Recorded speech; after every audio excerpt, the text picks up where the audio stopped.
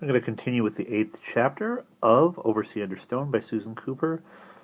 Simon and Jane and Great Uncle Mary have gone out to see what the moon shows them at the Standing Stones. They are a little afraid, Jane and Simon, although Great Uncle Mary has promised them that the stones welcome them. Barney has had to stay at home with Mrs. Polk, but he has the map in his possession. And we will pick up from there. Jane joined him, calm but as matter-of-fact tone. Yes, that's it. When we looked across from here, we were absolutely in line with the sun. And that rock we started from, over on that other headland. Funny, you can't see it now. I'd have thought the moon would shine on it like the sun did. The moon's the other direction, out over the sea, Simon said. Look at the shadow. Come on. That's what we've got to follow. Oh, bother, Jane said, as another cloud crossed the moon and they were left in the dark again. The clouds are getting much thicker. I wish they'd go away. There seems to be much more wind up here, too. She clutched her duffel coat round her and tucked her scarf in more tightly. Don't be long, Great Uncle Mary said suddenly out of the darkness. He was standing against another of the stones, swallowed up by the outline so that you could not even make out his shape. Jane felt a shiver of alarm return. Why? Is anything wrong? No, nothing. Look, here's the moon again. The night became silver again. Looking up, it was as if they saw the moon, sailing through the clouds instead of the other way round, racing smoothly across the sky, passing puffs and wisps of cloud on either side, and yet never moving from its place. Simon said in flat, dull disappointment, It doesn't point at anything. He stared at the ground beside the towering stone. Dark on the silvered gloom of the grass lay the shadow cast by the high, bright moon, and it pointed like a blunt finger, away from Camar Head, toward the long, dark inland horizon of the Cornish moors. Perhaps it points to some landmark we haven't noticed, Jane said doubtfully, gazing in vain over the shadow-masked hills. More likely the Cornishmen used the landmark that's fallen down or been destroyed or just crumbled away. There's always been that risk. It would mean we'd never get any further than this. But he wouldn't have done that. I know he wouldn't.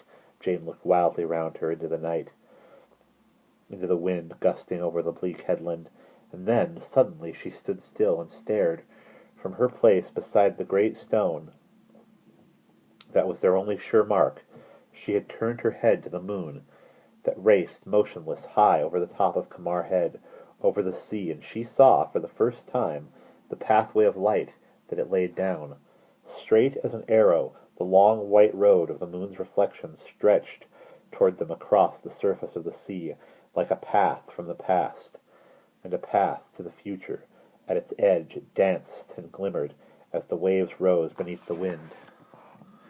And where it ended, at the tip of Camar Head, a clear, dark silhouette stood against the shining sea-carried light. She said to Simon huskily, Look! He turned to see, and she knew that in a moment he was as certain as she that this was what they were supposed to find. Those rocks at the end of the headland, she said, outlined there. It must be. And we weren't supposed to use the shadow as a pointer this time. We had to stand here by this stone and let the moonlight itself show us the next clue. And that's what it does. Simon's voice rose as the familiar excitement of the chase came flooding back. And if that's what he meant by the signs that wane but do not die, then the Grail must be hidden somewhere in that clump of rocks, buried on the end of Camar Head. Gosh, Gummery, we found it! He turned back toward the silent, dominating circle of the standing stones, and then hesitated. Gummery, he said uncertainly. Jane came quickly to stand close to him. Out of the shelter of the rock, the wind blew her ponytail round across her face.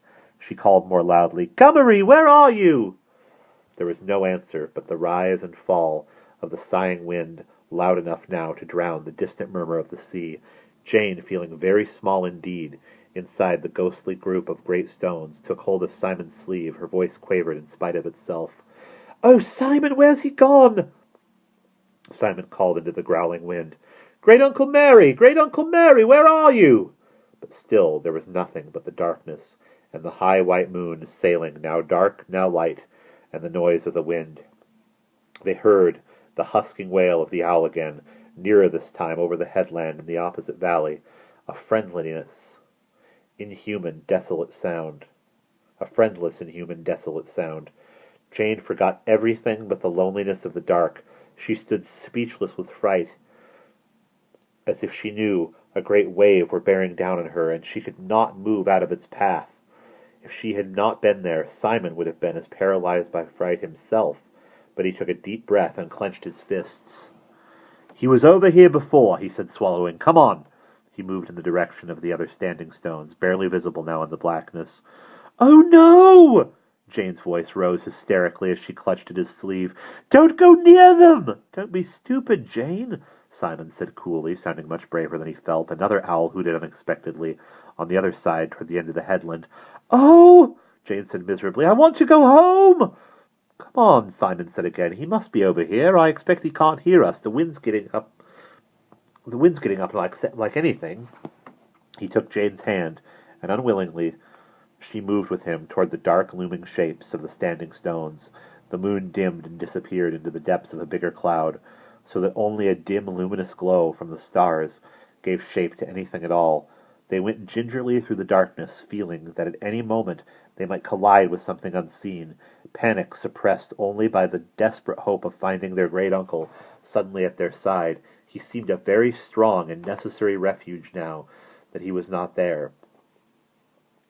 They were right among the standing stones now, and they could feel rather than see the black rock pillars rearing up around them. The wind blew gustily, singing through the grass, and again they heard the owl cry below them out of the dark. They moved slowly together, straining their eyes to peer ahead. Then the ragged cloud turned silver again, and the moon came sailing out through the flying wisps at its edge. And in the same moment they became aware of a tall, dark shape looming up before them where no stone had been before. It seemed to swell as the wind blew, so that suddenly they saw that it was no stone, but the tall figure of a man all in black, with a long cloak that swirled in the wind as he turned, towering over them. For an instant the moonlight caught his face as he turned, and they saw his eyes shadowed under dark, jutting brows, and the flash of white teeth in what was not a smile. Jane screamed, terrified, and hid her face in Simon's shoulder. And then, at once, the moon was covered again by cloud, and the threat and roar of the darkness seemed to rear up all around them. Without a word, they swung round and ran, stumbling, driven by panic, away from the silent standing stones and down the hill, until with an enormous flooding relief they heard the call of a familiar deep voice. As they looked ahead, gasping, they saw Great Uncle Mary silhouetted against the lighter background of the sea, standing before them on the path. They rushed to him, and Jane flung her arms round his waist and clung to him, sobbing with relief. Simon had just enough self-possession left to stand on his own. "Oh, Gummery," he said, "we couldn't find you anywhere." "We must go down from here quickly," Great Uncle Mary said, low and urgently, holding Jane to him and stroking the back of her quivering head. "I was looking for you. I knew there was something in those cries that was not like an owl. Come quickly." He bent down and picked Jane up in his arms, in one swift movement, as if she had been a baby. And with Simon close at his heels, he strode off down the hill, keeping to the path that they could just see as moonlight flashed through the racing clouds. Simon said, panting as he trotted along, "There was a man up there. We saw him all of a sudden. Out of the dark he was, all muffled up in a big coat like a cloak, all in black. It was horrible." "I went to find them," Great Uncle Mary said. "He must have got past me. Then there were others. I shouldn't have left you alone."